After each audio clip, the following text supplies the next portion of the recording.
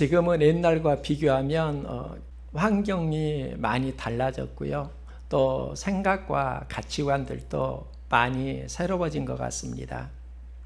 어렸을 때 우리 마을에 포니 자동차 한 대가 있었습니다. 목재소를 운영하는 사장님이 타고 다녔는데요. 형이 이런 말을 하는 겁니다. 우리 마을에는 자동차가 한 대인데 미국에는 자동차가 집집마다 있다. 그게 신기했습니다. 미국이 부러웠는데 우리나라를 보면 집집마다 차가 있습니다. 또 차가 있을 뿐만 아니라 차의 종류도 많이 다양해졌습니다. 인도에 타타 나노가 있습니다. 인도는 보통 오토바이를 많이 타는데요. 이게 위험해 보여서 타타 회사에서 대중이 이용할 수 있도록 자동차를 만들었는데 이 차가 2008년도에 나왔을 때 판매 가격이 새 차가 250만 원 정도였습니다. 세계에서 가장 저렴한 차입니다. 지금은 단종되었는데요. 일반 차량의 10분의 1 수준인 것 같습니다. 올해 제너바 모터쇼에서 차량이 경매에 나왔는데요. 여기에 하이퍼카로 라 부아티르 루아르가 있었습니다. 이 차가 판매되었는데 판매 경쟁가가 1,300만 달러입니다. 1,300만 달러, 우리나라 한화로 계산하면 151억 원 정도 된다고 합니다. 자료를 보니까 이 차가 가장 비싸게 팔린 차로 기록되었는데요. 저는 더 놀라운 건 이 차 한 대면 타타 나노 6,000대를 살 수 있더라고요. 지금 우리나라에도 굉장히 다양한 차가 있고 많은 차가 있는데요. 제가 보는 가장 좋은 차가 있습니다.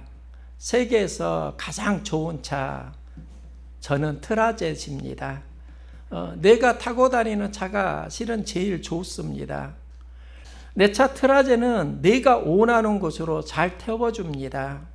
그래서 저는 제가 가지고 있는 차가 제일 좋다고 생각하고, 여기에 누가 의의를 달 분이 있습니까? 우리 아들이 의의를 달더라고요. 그래서 이랬습니다. 대통령 차 좋다고 해도 너 한 번이라도 타본 적 있어? 너 아빠 차 타고 학교 다니고 그랬잖아. 내 차가 더 좋아. 가격은 다르고 차의 성격도 지금 많이 달라졌는데요. 한 가지 공통점이 있습니다. 모든 차는 연료가 있어야 갈 수 있다는 겁니다. 연료가 바닥나면 또 방전이 되면 차는 갈 수도 없습니다. 아무리 좋은 차더라도 연료가 있어야 가고요. 또 연료를 넣어도 방전이 되면 가지 못합니다. 우리 인생도 생각을 해보면 그렇습니다. 우리 인생도 에너지가 방전될 때가 있습니다. 뭔가 해야 하는데 할 수 있는 힘을 잃어갈 때, 그 때가 있다는 겁니다. 1년 중에 삶이 가장 지치고 방전되는 경험을 언제 하는가? 지금 이맘때가 아닐까 하는 생각을 합니다. 무더위에 힘을 내기가 쉽지 않고, 그래서 많은 이들이 피서를 떠납니다. 무더위로 에너지가 빨리 방전된다는 겁니다. 아내가 장터국밥이 먹고 싶다고 해서 며칠 전에 송정리에서 국밥을 사온 적이 있습니다. 2인분을 사왔는데요. 2인분이면 양이 제법 되고 온 가족이 몇 번을 먹을 수 있습니다. 저녁에 장터국밥을 끓여서 맛있게 먹었습니다. 아이들도 국밥을 좋아합니다. 그 다음날 새벽 예배를 드리고 교회에서 설교 준비를 하고 있는데 아내가 아침에 빨리 출근해야 한다면서 나에게 이런 말을 합니다. 아이들 밥 챙겨주세요. 국밥은 쉰 것 같아요. 저는 국밥이 쉬었다는 그 말에 그럴 리가 없다고 생각했습니다. 어제 저녁에 끓여서 맛있게 먹었는데 오늘 아침에, 다음날 아침에 국밥이 쉬었다고? 혹시나 해서 국밥을 보니까요, 맛이 이상했습니다. 쉰 것입니다.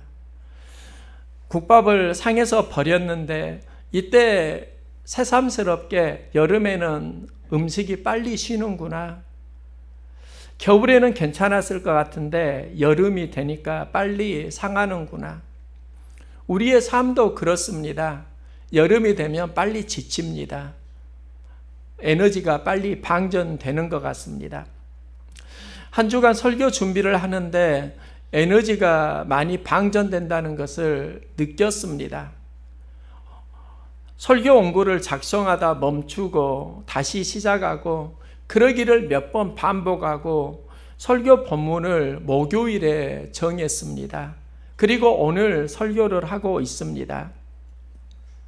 설교를 준비하는 과정에도 마음속에 느끼는 게 사람들이 이래서 피서를 가는구나 하는 마음이 살짝 찾아옵니다.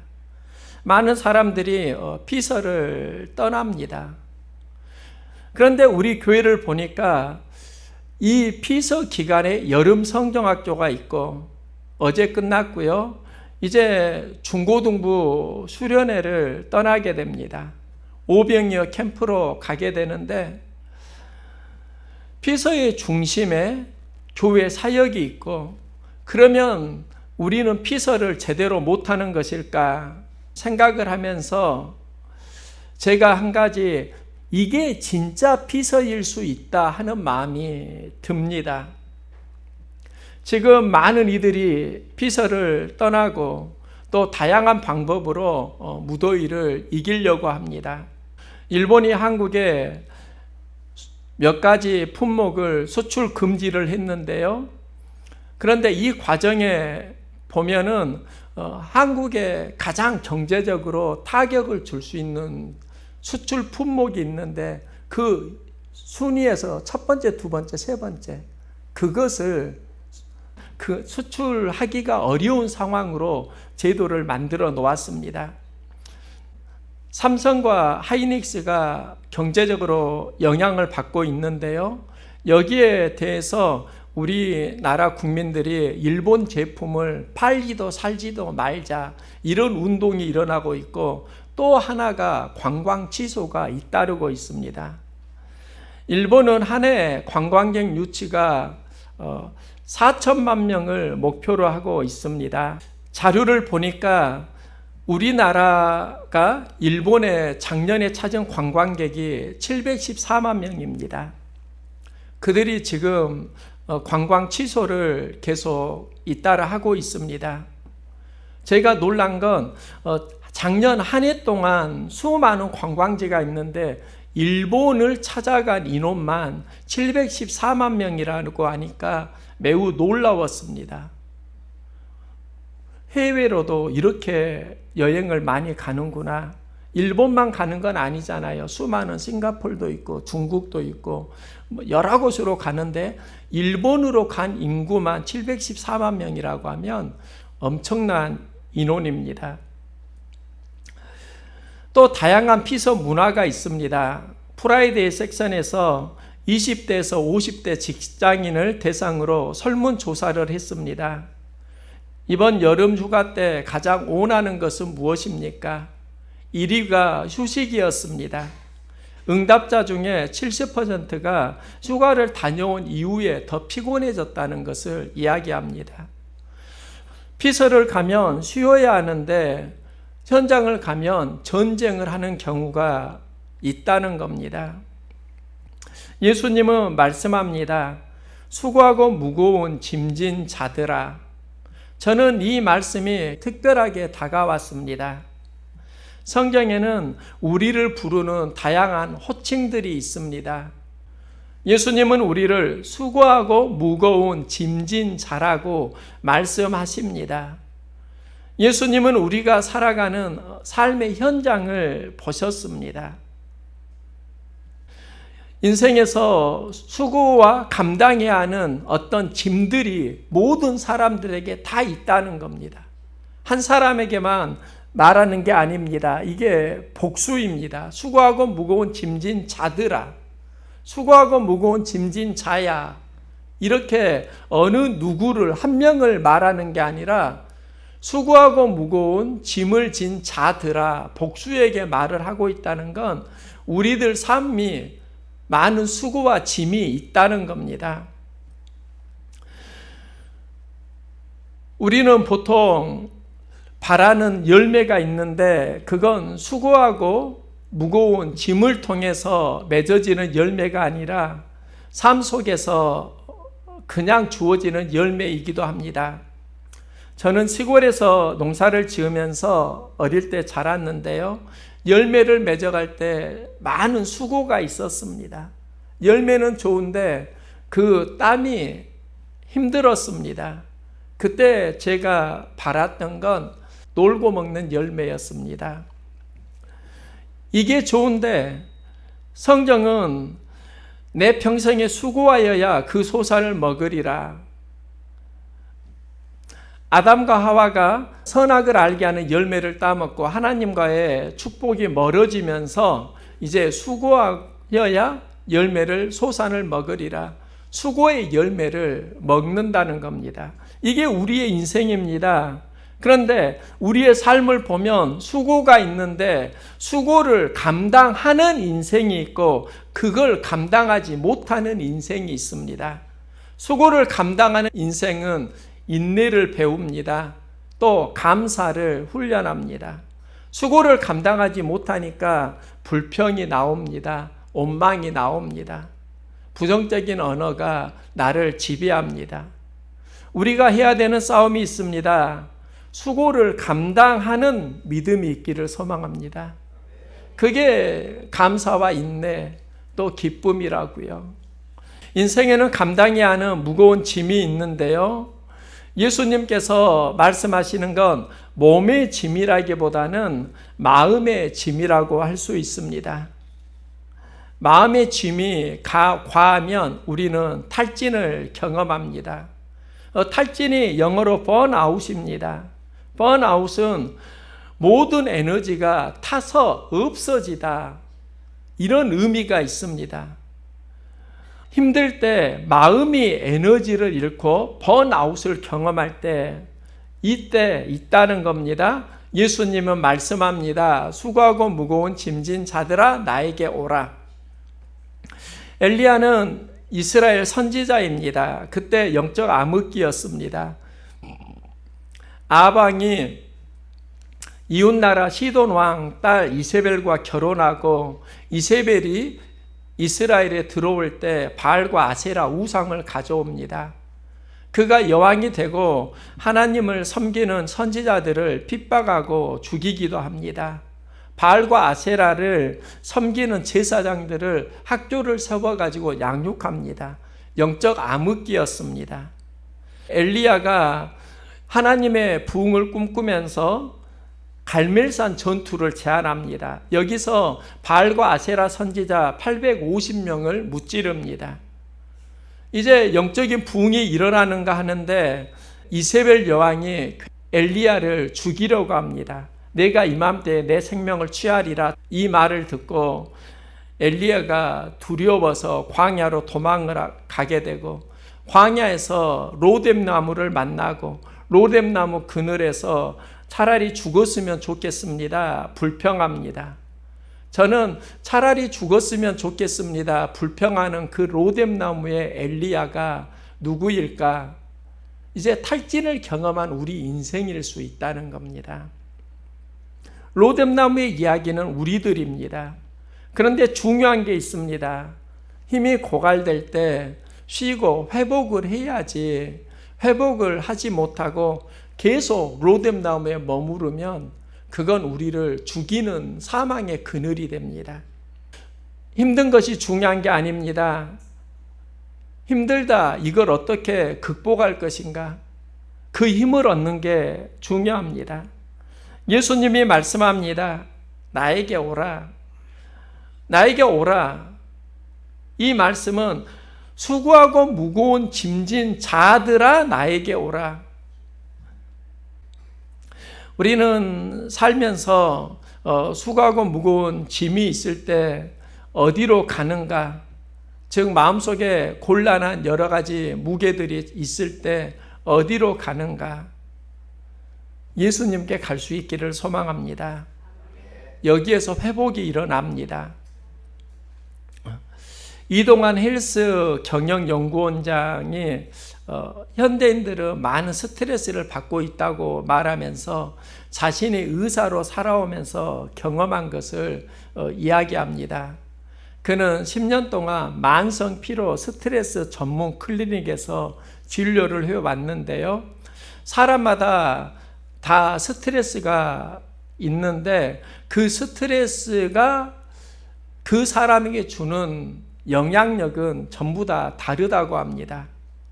즉 어떤 사람은 스트레스를 받을 때 일 정도의 작은 스트레스로 받아들이는 경우도 있고 어떤 이는 5로 어떤 이는 10으로 느끼는 경우가 있다고 합니다. 즉 작은 스트레스도 크게 느끼는 경우가 있고 큰 스트레스도 작게 느끼는 경우가 있다는 겁니다. 그는 이런 제안을 합니다. 스트레스를 완화시키는 기술이 우리에게 필요하다. 스트레스를 받으면 몸에서 호르몬이 나옵니다. 몸에 안 좋은 반응을 일으킵니다. 스트레스가 우리를 해치는 게 아니라 스트레스에 대한 반응이 우리의 몸을 해친다는 게 이동환 연구원장의 이야기입니다. 스트레스를 받아들이는 공간은 우리의 마음의 상태입니다. 마음에 여유가 있으면 스트레스 상황이 덜 느껴집니다. 여유가 없고 힘들 때 스트레스에 크게 반응하게 됩니다. 우리의 마음 상태가 상황에 따라 반응을 하게 됩니다. 그 상황에 우리의 마음에는 중간에 어떤 공간이 있는데 그 공간에 무엇을 넣을 것인가? 사건과 내 경험 사이에 그 공간이 있는데 그 공간, 그게 생각이고 마음입니다. 여기에 무엇을 넣을 것인가? 옛 이야기 중에 곳간에서 인심 난다 하는 말이 있습니다. 지금 꼭 이 말이 맞는 건 아니다고도 하는데요. 곳간에서 인심 난다 이 말이 그럼 곳간이 어디일까? 우리의 마음이라고 생각하면 정확히 일치한다고 할 수 있습니다. 마음에 무엇이 있느냐에 따라서 인심이 달라진다는 겁니다. 우리의 마음속에 양식이 있습니다. 영혼의 양식, 말씀이 채워지면 여기서 인심이 난다고요. 주님의 마음이 나온다고요. 우리가 예수 안에 들어가는 싸움을 해야 합니다. 예수 안에 들어가면서 우리는 마음의 양식이 있고 내 안에 양식이 풍성해지면 여기에서 좋은 마음이 나오게 됩니다. 예수님은 나에게 오라고 하십니다. 또 본문을 자세히 보면 나의 멍에를 메고 내게 배우라. 배우라고 하시는데 너의 멍에가 아니라 주님의 멍에를 메고 나에게 배우라고 하십니다. 우리는 보통 자신의 멍에가 있습니다. 이 멍에로 우리는 살아가는데 주님은 내가 가지고 있는 그 멍에로 삶을 배우는 게 아니라 내 멍에로 삶을 배우라고 말씀합니다. 우리가 매야 하는 멍에가 주님의 멍에라는 겁니다. 그리고 주님의 멍에를 통해서 주님 말씀을 통해서 삶을 배우라고 하십니다. 너희가 어떻게 삶에서 쉼을 얻을 수 있는가? 신앙생활의 현장에 우리가 감당해야 하는 멍에가 있습니다. 수많은 멍에가 있습니다. 그런데 중요한 건 내 멍에로만 허덕이지 말고 주님의 멍에를 메는 삶을 살라. 주님의 멍에를 메는 삶이 사명자의 삶이라고도 할 수 있습니다. 그러면 예수님께서 쉼을 주리라 말씀합니다. 주님의 멍에를 맨 가장 대표적인 사람이 구레네 시몬입니다. 예수님이 십자가를 지고 가실 때 그는 길가에 쓰러집니다. 이때 로마 병정이 구레네 시몬에게 십자가를 지게 하는데요. 이 십자가가 억지로 십자가입니다. 우리가 살면서 많은 십자가가 있더라고요. 그런데 그 중에 하나가 억지로 십자가입니다. 시몬은 속으로 생각했을 것입니다. 내가 왜 이 십자가를 감당해야 해? 내가 왜 매야 해? 투덜거렸을 수도 있습니다. 이 사건 이후 30여 년 뒤에 바울이 로마서를 쓰게 되는데 로마서에서 바울은 말합니다. 주 안에서 택하심을 입은 루포와 그 어머니에게 문안하라. 그 어머니는 내 어머니니라. 내가 영적으로 낳은 아들이다. 그 아들이 디모데입니다.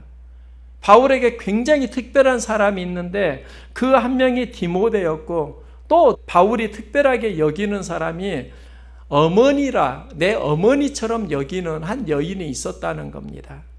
그런데 루포와 그 어머니에게 문안하라. 그러면 그 루포와 그 어머니가 구체적으로 누구인가? 구레네 시몬이 십자가를 질 때 마가복음 15장은 이렇게 말합니다. 루포의 아버지인 구레네 사람 시몬이 시골로부터 와서 지나가다 이제 억지로 십자가를 지게 됩니다. 그런데 그때 지었던 그 시몬이 루포의 아버지라는 겁니다. 그러면 루포와 그 어머니라고 하면 루포의 아버지가 구레네 시몬이라고 하면 구레네 시몬의 아내가 그 어머니가 됩니다. 구레네 시몬의 아내를 바울은 나중에 그는 내 어머니라 이렇게 부르고 있는 겁니다. 구레네 사람 시몬이 억지로 십자가를 지었는데 그 사건이 가정 복음화로 이어지게 되고 또 그 가정 복음화에서 그의 아내는 바울에게 이는 내 어머니라 이렇게 칭함을 받을 정도로 엄청난 영적인 대가가 되어 있는 겁니다. 힘써야 하는 게 있습니다. 내 멍에에 힘든데요. 여기에만 갇히지 마시기 바랍니다. 주님의 멍에도 맬 수 있기를 소망합니다. 주님의 멍에를 매게 되면 주님이 말씀합니다. 내 멍에는 가볍고 너의 멍에를 내가 이제 감당해 주겠다. 이게 수고하고 무거운 짐진 자들아 나에게 오라 내가 너희를 쉬게 하리라입니다. 우리가 내 짐만 가지고 주님의 멍에를 멀리하니까 참 쉼을 누리지 못한다는 겁니다. 주님의 멍에를 내가 감당하면 여기에서 진짜 주님이 공급하시는 쉼이 있다는 겁니다. 주님의 멍에를 감당하는 것, 이게 무엇인가? 이게 마음의 사명입니다. 마음의 사명이 있으면 그 영혼이 죽지 않는다고요. 사명이 있으면 하나님이 그 안에 에너지를 공급해 주신다고요. 지금 우리 안에 사명이 죽어가고 있습니다. 내 멍에만 있습니다. 주님의 멍에가 없습니다. 그래서 지치고 힘든 거 아닙니까? 우리가 언제 회복할 수 있는가? 주님의 멍에를 사명으로 붙잡을 수 있기를 소망합니다. 여기서 진짜 회복이 일어난다고요. 영혼의 삶이 살아난다고요. 지금은 피서철입니다. 무더위를 경험하면 우리의 삶은 많이 지치게 되고 무력해집니다. 진짜 피서가 무엇일까? 우리는 피서의 개념을 다시 한번 생각해 보아야 합니다. 에너지를 회복하는 게 진짜 피서입니다. 바다에 가게 되면 바다가 주는 에너지가 있습니다. 그 바다의 에너지를 가지고 와야 되는데 그 바다의 에너지는 보지 못하고 사람과 사람과의 많은 부대낌들, 이것만 경험하고 오면 우리는 지치게 된다는 겁니다. 우리가 어디에 가서 돈을 주고 음식을 사는 것도 중요하지만 진짜 우리가 누려야 하는 건 바다에 가면 바다의 에너지가 있다고요. 산에 가면 산이 주는 그 풍요로움이 있다고요. 그걸 우리가 받아와야 하는 겁니다. 우리의 삶이 회복되기를 원하면 예수님에게 갈 수 있기를 소망합니다. 예수님을 만나면 삶을 감당할 수 있는 힘을 얻게 됩니다. 예수님을 만나지 못하니까 삶의 에너지가 바닥나 있는 겁니다. 지친 겁니다. 고갈되는 겁니다. 예수님을 만나면 정신이 소생되고 우리의 삶은 진짜 쉼을 얻게 됩니다. 우리의 마음의 곳간에 예수 그리스도의 양식을 채울 수 있기를 소망합니다. 곳간에서 인심 난다. 내 마음에서 인심이 나고 내 마음에서 스트레스가 나고 내 마음에서 갈등과 평안과 기쁨이 다 난다는 겁니다. 내 안에 무엇이 있느냐에 따라서 반응력이 달라집니다. 예수 그리스도를 마음속에 품으십시오. 예수 그리스도가 우리 안에 영혼의 양식이 되고 하늘 에너지로 살아가게 됩니다. 내 영혼이 힘들고 어려울 때 쉼을 얻으려고 하면 마음이 달라져야 합니다. 상황 속에서 우리는 힘들다 마음이 있습니다. 불평 원망의 마음이 있습니다. 짜증난다 마음이 있습니다. 이 1차 마음을 예수 마음으로 바꿀 수 있기를 소망합니다.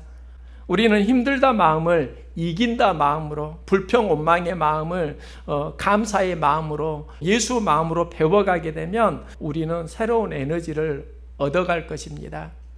환경을 바꿀 수 없다고 하면 우리의 마음의 곳간에 예수 그리스도를 채울 수 있기를 소망합니다. 예수님은 말씀합니다. 너 수고하고 무거운 짐 있지? 나에게 와. 다른 데로 가면 회복이 되는 게 아니야. 나에게 와. 예수님은 약속하신다고요. 나에게 오라. 그러면 내가 너희에게 쉼을 주리라 말씀합니다. 우리의 영혼이 예수님 안에 나아갈 수 있기를 소망합니다.